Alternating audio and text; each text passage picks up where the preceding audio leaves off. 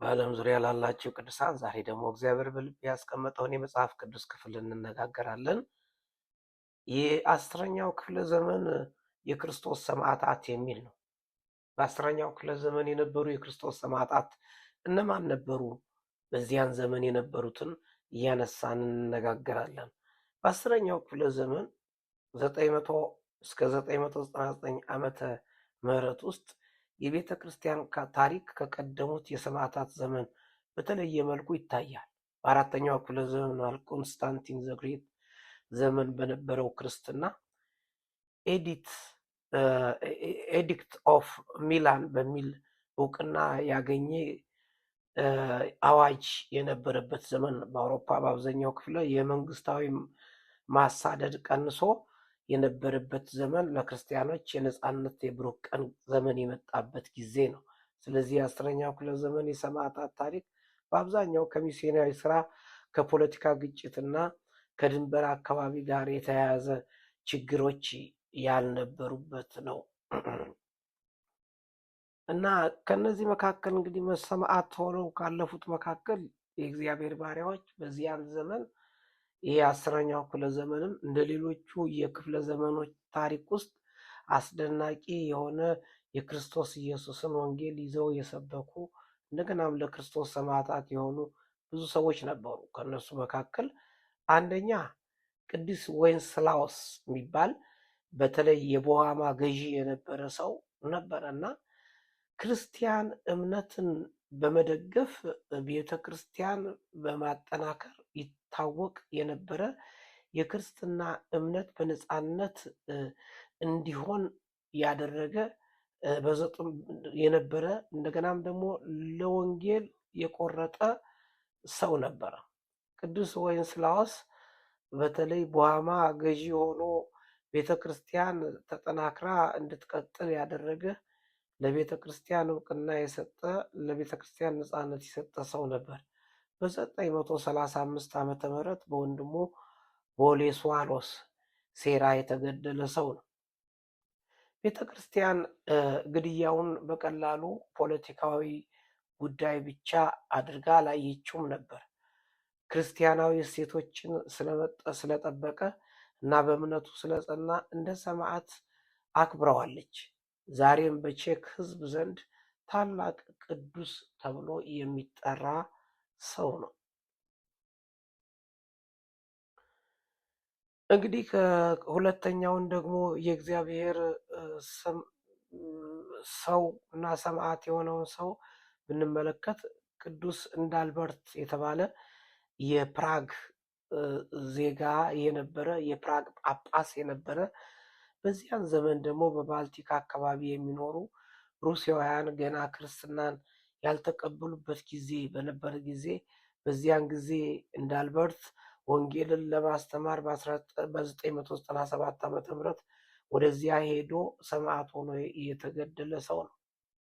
ቅዱስ እንዳልበርት እንግዲህ ለወንጌል ስብከት በወጣበት ዘመን ወንጌልን ለማገልገል በወጣበት ቦታ በዚያ ሰማዕት ሆኖ የክርስቶስ ኢየሱስን ወንጌል ሰብኮ ያለፈ የእግዚአብሔር ባሪያ ነው። በቤተ ክርስቲያን ታሪክ ውስጥ ሚስዮናዊ ሰማዕት ተብሎ ይታወቃል።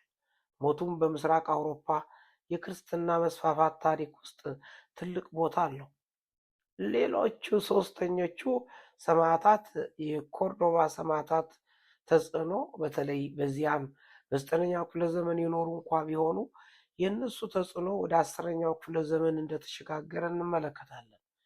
እነዚህ ክርስቲያኖች መከራን በ10ኛው ክፍለ ዘመን በነበረው ተጽዕኖ ውስጥ መከራ ሲቀጥል እነሱም በመከራ ውስጥ ያለፉ ሰዎች ናቸው።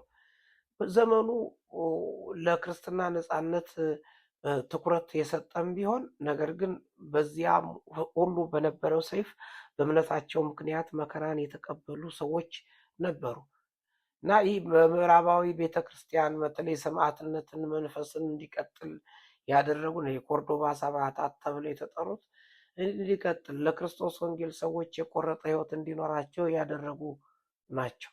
አራተኛ ሚስዮናዊ ሰማዕታት ናቸው። እነዚህ በ10ኛ ክፍለ ዘመን የሰማዕታት ታሪክ ውስጥ አብዛኞቹ ከሚስዮናውያን ጋር ይያዛል። ወደ ሰሜንና ምስራቅ አውሮፓ የሄዱ ወንጌል ሰባኪዎች ብዙ አካባቢን በዚህ አካባቢ የነበረውን ህዝብ በብዙ አካባቢዎች እየተዘዋወሩ ተቃውሞ ቢገጥማቸውም ነገር ግን መስዋዕትነት የቆረጠ ህይወት ስለነበራቸው ወንጌልን የሰበኩበት ዘመን ነው። ስለዚህ የዚያን ዘመን የሰማዕታት ከሮማውያን ግዛት ዘመን እንደነበሩት በመንግስት የተገደሉ ሳይሆኑ በወንጌል ስራቸው ምክንያት ሰማዕታት ሆነው ያለፉ ሰዎች ናቸው። ለአምስተኛው በምስራቅ ቤተ ክርስቲያን የነበሩ ሰማዕታት ነው። እነዚህ ኢስተርን ኦርቶዶክስ ቸርች ውስጥ የነበሩት በ10ኛው ክፍለ ዘመን ከሰማዕትነት ይልቅ በገዳማት እድገት፣ በቅዱሳን ህይወት እና በሚስዮናውያን አገልግሎት የሚታወቁ ነበሩ።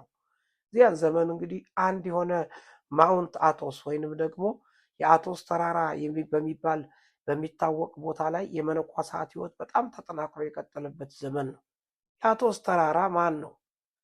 ይህ ማውንት አቶስ ወይንም የአቶስ ተራራ በሰሜናዊ ግሪክ የሚገኝ ራሱን የሚያስተዳድር የገዳም ሪፑብሊክ ተብሎ የሚጠራ ነው እና በድንጋያማ ባህረ ገብ መሬት ላይ የሚገኝ ሲሆን 20 ጥንታዊ የኦርቶዶክስ ገዳማት መኖሪያ ነው።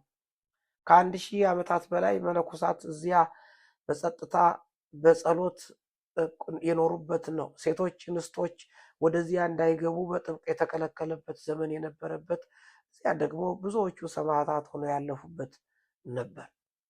እንግዲህ 10ኛው ክፍለ ዘመን እንግዲህ ከሌሎቹ ለየት የሚያደርገውን ነገር ስንመለከት ብዙ ሰማዕታቶች ከሌሎቹ ክፍለ ዘመን ከተካሄደው የሰማዕትነት መንገድ ለየት ያለ መንገድ ስለሄዱ ነው።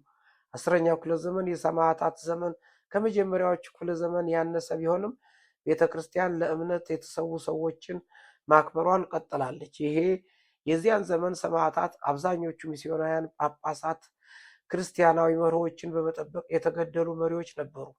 ይህም የቤተክርስቲያን ታሪክ የማሳደድ ዘመን ወይም ደግሞ የወንጌል ስርጭት ዘመን መሸጋገሩን የሚያሳይ እንደነበረ እንመለከታለን። 10ኛው ክፍለ ዘመን እንግዲህ በዚህ ውስጥ ከተመለከትናቸው ሰዎች መካከል ቅዱስ ዌንስላዎስ የቦሄማው ገዢ፣ ቅዱስ እንዳልበርት፣ እንደገናም ደግሞ የኮርዶባ ሰማዕታት፣ የሚስዮናዊ ሰማዕታት እንዲሁም ደግሞ በምስራቅ ቤተክርስቲያን በምስራቅ ኦርቶዶክስ ቤተክርስቲያን ሰማዕት የሆኑትን እነዚህ ሁሉ በዚያን ዘመን ውስጥ ያለፉ ሰዎች እንደነበሩ ተመልክተናል።